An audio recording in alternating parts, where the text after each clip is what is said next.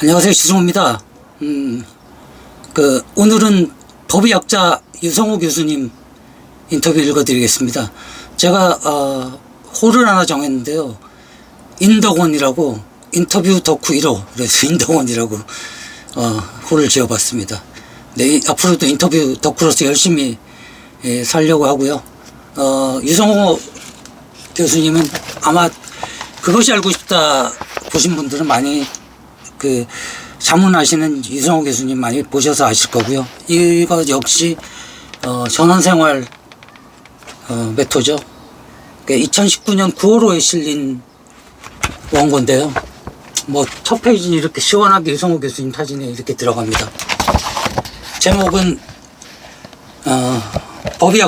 법의학자 유성호 교수, 죽음을 생각하고 준비하라.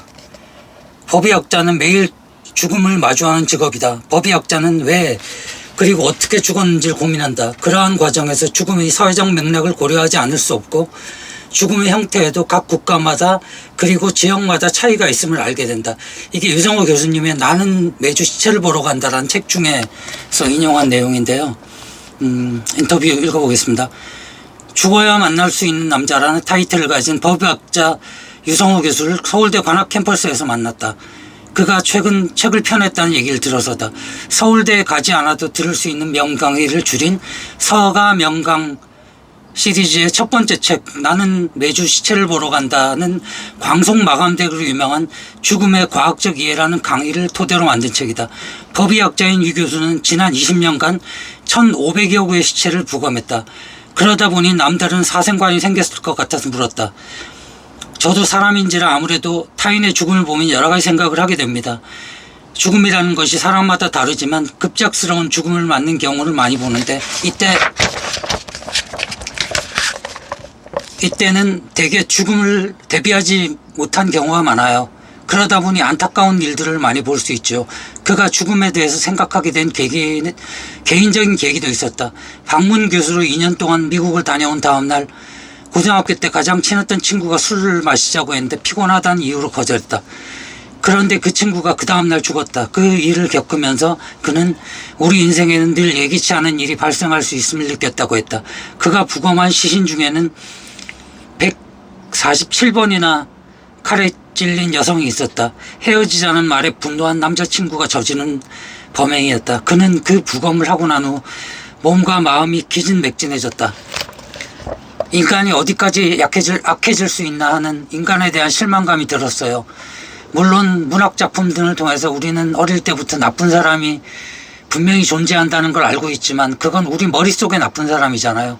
하지만 그것을 실제로 본다면 물론 제가 살인을 저지르는 사람을 직접 본 것은 아니지만 사람의 행위 자체가 얼마나 다른 사람들에게 큰 상처를 줄 수 있는지 알게 됐어요. 147군데나 찔린 시체를 상상만 해도 끔찍한데요.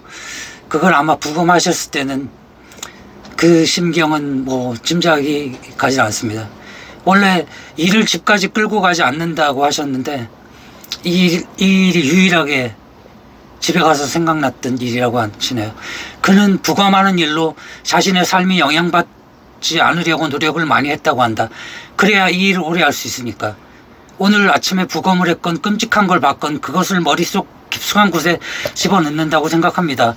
그러면 실제로 집어넣어줘요. 그리고 나서 동료들과 맛있게 점심을 먹고 집에 와서 식구들과 얘기하죠. 부검했던 일과 일상을 단절시키려는 노력이죠. 하지만 147번 찔렸던 그 사건만은 유일하게 생각을 끊지 못하고 집까지 가지고 갔어요. 너무 끔찍했거든요. 다른 이의 죽음 보며 삶의 중요성을 느껴. 소제목입니다. 이게. 법의학은 억울한 죽음을 밝혀내고 앞으로 생길 수 있는 범죄를 예방하는 데 반드시 필요한 학문이다. 그런데 한국의 법의학자는 40여 명밖에 되지 않는다. 이와 관련해 어느 교수는 학교에서 식사를 하기 위해 관광버스를 이동하던 중 우리가 한 버스에 모여 타면 위험하지 않을까? 대한민국 법의학의 맥이 끊어지는데 하고 농반 진반의 얘기를 한 적도 있었다고 한다. 농담 반 진담 말이지만 정말 끔찍한 얘기가 아닐 수 없습니다. 40명이 탄 버스가 사라진다면 한 나라의 법의학의 어떤 끈이 완전히 끊어진다는 사실이 좀 놀랍기만 합니다. 법의학이 인기 없는 직업일 수밖에 없는데요. 경제적인 측면도 분명히 있을 거고요. 개인적으로는 이 일을 오래 하다 보면 좋은 직업이라는 생각이 들어요. 타인의 죽음을 보는 것이 뭐가 좋은가 이렇게 얘기할 수도 있겠지만 임상의가 환자를 고침으로써 뿌듯한 마음이 들듯 저는 제가 하는 일을 통해서 우리 사회의 인권이나 정의에 기여할 수 있다는 사실에 자부심을 느끼죠. 또 타인의 죽음을 통해서 죽음에 관심을 가지다 보니까 조금은 더 성숙해지는 계기가 되는 것 같습니다. 유 교수는 스승인 이윤성 교수의 강의를 들으며 전망은 최악이지만 누군가는 해야 한다고 생각해 법의학을 전공하기로 결심했다. 그런데 그는 지금 법의학을 전공하겠다는 제자가 없어서 고민이다. 가까운 일본만 해도 70여 개 이과대학에 법의학 교수가 있지만 우리는 서울대, 연세대, 고려대, 카톨릭대, 전남대, 전북대, 부산대, 경북대, 제주대 정도밖에 없다고 한다. 의과대학 졸업해서 국립과학수사연구원에 취직하면 고급 공무원으로 시작하는데요. 좋은 자리죠. 그런데 의대생들에게는 썩 마음에 내키는 자리는 아니에요. 학생들에게 롤모델이 있어야 하잖아요. 그게 자기 대학에 있으면 좋은데 없으니까요. 예컨대 우리나라의 경우 사우CT 기계가 국과수에 딱 한 대밖에 없지만 일본은 40대가 있다는 겁니다. 40대가 있다는 것이다. CT를 사는 것이 어렵지 않아요. 문제는 그걸 쓰려면 인력이 필요한데 그 인건비가 몇 억입니까? 문제는 돈이 없는 겁니다. 정부에서 자원을 배분할 때 순위가 떨어지는 거죠. 아무래도 죽은 사람을 뭘 그렇게 검사하느냐는 시선들이 좀 있거든요. 이렇게 인터뷰하고 책이 좀 팔려서 사람들에게 법의학의 필요성에 대한 인식이 생겼으면 좋겠습니다. 그가 밝혀낸 사건 중에는 윤일병 사망 사건이 있었다. 그냥 단순 사고로 처리될 뻔했던 이 사건에 대해 한 방송국, 이게 이제 조금 전에 읽어드렸던 두 번째 페이지인데요. 이렇게 좀 또 시원하게 편집이 됐습니다. 그리고 세 번째 페이지 읽어드리겠습니다. 마지막 페이지입니다. 이렇게 교수님 사진이 이렇게 크게 들어가 있고요. 이렇게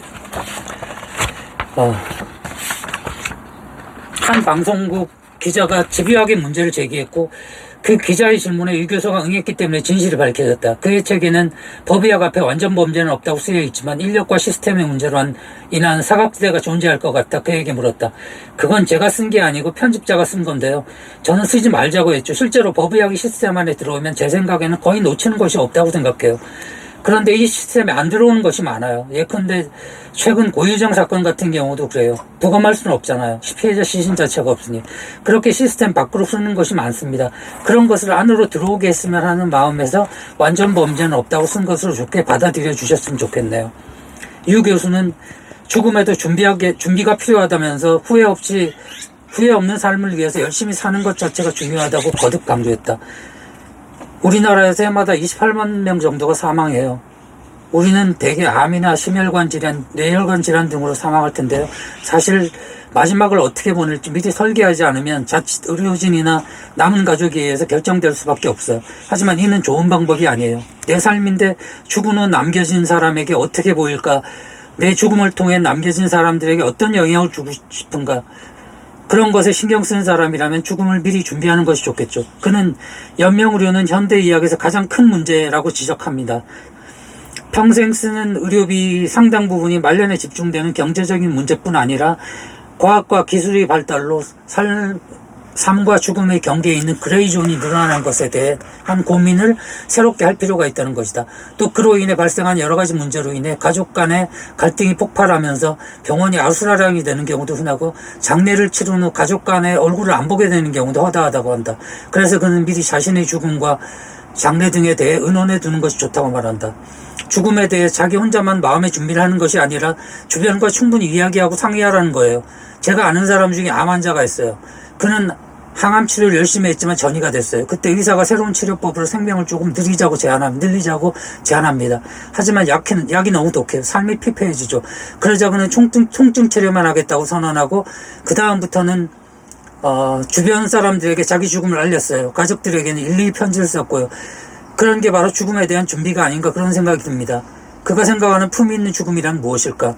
죽음의 두려움에서 죽음은 벗어나서 인생의 자연스러운 과정 중에 하나의 과정, 엔딩 피날레라고 인식하고 담담하게 준비할 수 있는 그런 죽음이 품위 있는 것 아닐까요? 마지막으로 그에게 인생의 목표가 뭐냐고 물었다. 첫 번째는 흥미있는 것은 안 해본 것이 없이 다 해보고 싶은 것이고요. 두 번째는 법의학을 좀 알려서 젊은 친구들이 관심을 가지게 하는 겁니다. 다행인 것은 중고등학교 학생들 중에 저에게 편지를 쓰고 저랑 만나고 싶어하는 친구가 있다는 겁니다. 저도 시간이 날 때마다 이런 친구들을 꾸준히 만나고 있습니다. 그들에게 우리 법의학의 미래가 달려있으니까요. 이렇게 맺었습니다. 정말 죄송하게 제가 아직도 햇바늘이 안 나와가지고 발음이 계속 좀 새는데요. 원래 발음 자체도 좀 시원치 않은데, 이렇게, 상태가 이래서 또 죄송합니다. 부디 조금이라도 도움이 되셨으면 좋겠고요. 법의학이라는, 학문에 대해서, 이 중요성에 대해서 조금 더 인식하는 계기가 됐으면, 한 분이라도 더 인식하는 계기가 됐으면 좋겠고요. 구독, 좋아요 눌러주시면, 저한테 굉장한 힘이 됩니다. 감사합니다.